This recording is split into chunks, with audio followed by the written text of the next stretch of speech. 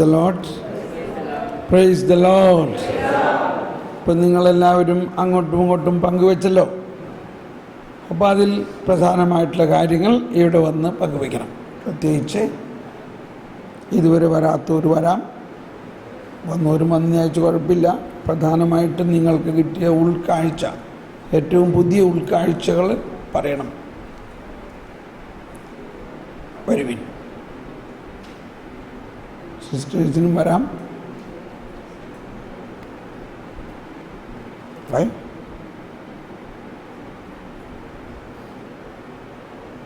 നിങ്ങൾ ലീഡേഴ്സ് ആകണോ?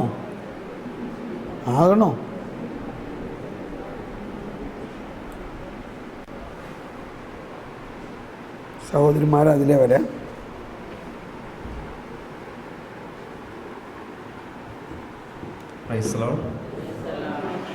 വരങ്ങൾ ആക്ച്വലി വിശ്വാസം വർദ്ധിപ്പിക്കുന്നതിന് വേണ്ടിയും അടയാളങ്ങൾ കാണിക്കുന്നത്, അത് മനസ്സിലായി. പിന്നെ വരങ്ങളെല്ലാം നമ്മളിലുണ്ട്, അത് മനസ്സിലാക്കണം, സ്വീകരിക്കണം, സ്വന്തമാക്കണം.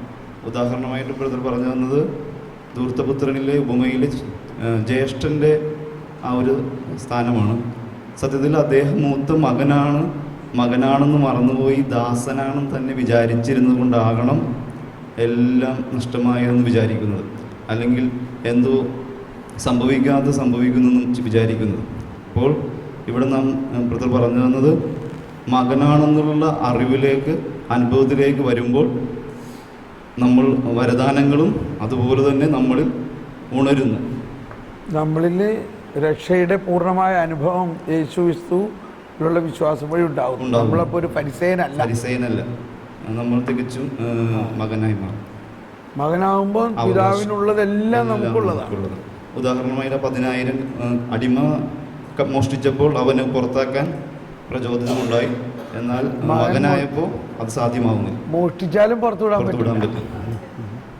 അവനോട് ക്ഷമിക്കണം, അവനെ സ്വീകരിക്കണം. അതാണ് നമ്മുടെ ഇപ്പോഴത്തെ അവസ്ഥ. Very good, thank you.